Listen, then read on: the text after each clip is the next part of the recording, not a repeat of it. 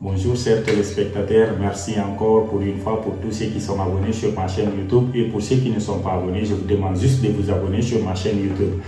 Aujourd'hui, on se retrouve pour une nouvelle vidéo qui est les règles d'or pour faire durer une relation. Aujourd'hui, je vais vous parler, c'est 7 règles pour comment durer une relation. Le numéro 1, il faut avoir le sens du toucher. Prenez donc l'habitude de prendre la main de l'autre en marchant. C'est très important. Touchez-lui la joue en l'embrassant le matin. Ravivez les petits gestes de toucher que vous avez l'habitude de faire au début, comme un baiser sur l'oreille, une main dans les cheveux par exemple. Ajouter du toucher dans votre couple permettra de vous former une forteresse d'amour qui vous rendra plus unis et plus forts dans les moments d'adversité. Il est aussi prouvé que les couples unis résistent davantage aux envies d'infidélité. Pour créer ce type de lien, commencez d'abord par supporter votre partenaire, c'est très important. Ça, c'est la partie la plus importante. Il faut d'abord supporter son partenaire le plus souvent possible. Vous formez une équipe. Gardez ses secrets intacts le plus possible. Même si vos amis du bureau racontent les leurs, sauf en cas d'urgence, ne laissez rien interrompre votre moment d'intimité avec votre conjoint. Les gens laisseront un message ou repasseront plus tard. Prenez l'engagement ensemble de passer au moins 30 minutes par jour à jaser de vos journées, à s'expliquer qu'est-ce qui s'est passé le matin, qu'est-ce qui s'est passé, tu as fait quoi, de vos objectifs et de vos rêves. Bâtissez-vous une réelle amitié l'un pour l'autre. Les études ont montré que couple composé de personnes qui sont aussi amies favorise une union plus solide et plus sexy. N'oubliez pas de vous prévoir du temps pour les moments intimes, quitte à devoir le mettre à votre agenda. C'est très important. On a le numéro 2. Le numéro 2, c'est faites de petits compliments ou appelez votre partenaire de façon spontanée, très souvent. Soyez conscient qu'il faut souvent plusieurs remarques positives pour effacer une seule remarque négative. Prenez donc le temps de complimenter votre copine sur ses nouveaux souliers ou à l'inverse. Faites une remarque positive sur le nouveau chandelle de votre copain. Prenez la peine d'appeler au bureau de votre conjoint juste pour un petit bonjour et pensez à remercier souvent pour l'aide que vous recevez de votre conjoint. Et lorsque vous le faites, faites-le sincèrement. Parce que tout ce que tu vas faire avec ton conjoint, c'est la sincérité qui va compter. Et regardez l'autre dans les yeux. En parlant avec lui, en lui disant des choses, il faut toujours fixer les yeux. Là, lui, il va sentir la sincérité avec toi. C'est très important. Ce faisant, vous ne rendrez pas seulement votre conjoint plus attiré par vous, mais vous le rendrez aussi plus heureux. Vous voyez combien de fois c'est important. Après tout, votre histoire a probablement commencé par ce que vous appréciez ces petites choses l'un de l'autre. Vous vous rendrez vite compte qu'il est agréable de partager ces petits moments d'amour.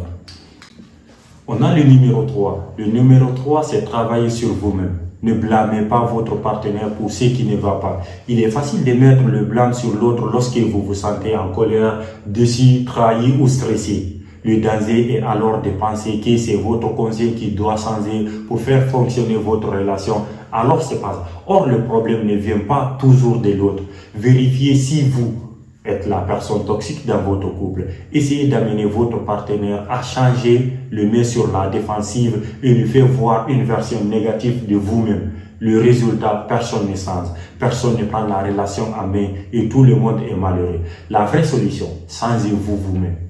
Lorsque vous vous prenez conscience de vos propres faiblesses et que vous cherchez à voir le meilleur de votre compagnon, la magie s'opère et l'optimisme prend le dessus. Votre partenaire se sentira beaucoup mieux puisqu'elle ou il se sentira apprécié et non châtié. Alors arrêtez de châtier, il faut toujours apprécier votre conjoint. Tous les deux, vous vous sentirez plus motivé à changer les façons de faire pour vous apporter davantage de bonheur à deux. C'est très important.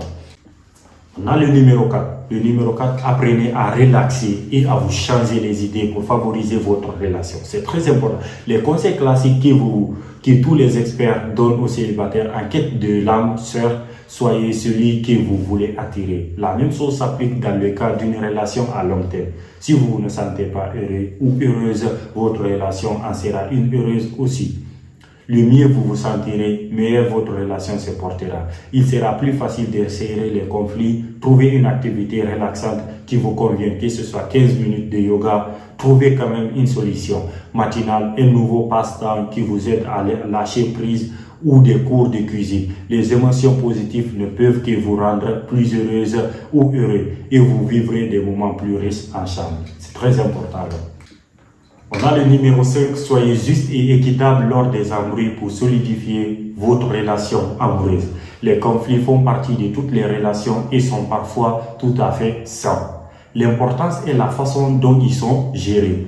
Une étude menée en Floride auprès des couples de longue date a montré que d'être capable de régler une situation conflictuelle est un facteur clé dans la réussite de 70% des couples interrogés.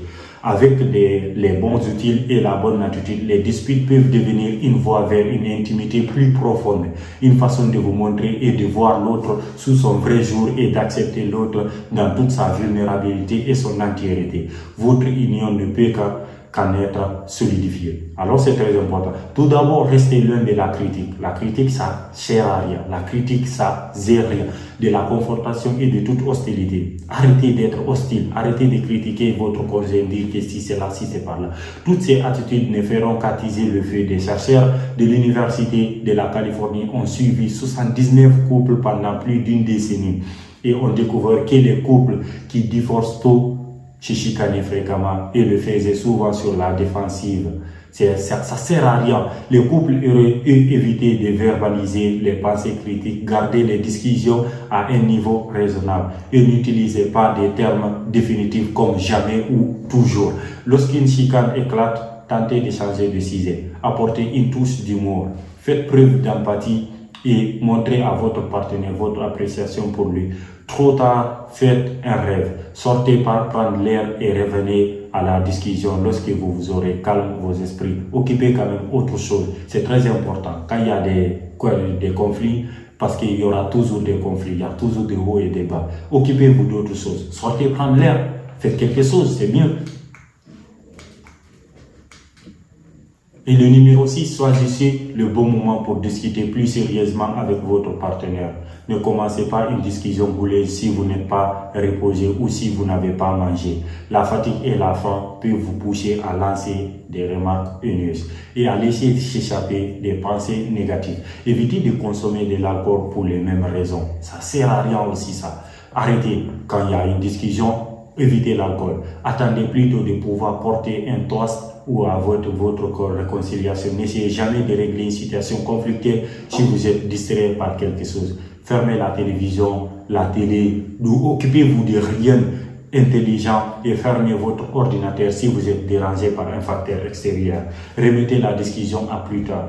Vous ne pourrez rien régler sur place. Alors, essayez de tout oublier si tu as envie de régler votre conflit. On a le numéro 7, c'est comment s'entretenir. Là, c'est très important. Il faut toujours savoir comment s'entretenir. Vous enfilez seulement un vieux t-shirt troué. N'hésitez pas à pimenter votre look de temps à autre. Vous sentir bien dans votre écoute avantage votre douce moitié et vice-versa. Si vous n'avez qu'une seule chose à améliorer pour vous assurer une relation plus saine avec votre partenaire, parlez moins et écoutez plus. C'est très important. Blablabla, bla, bla, ça sert à rien.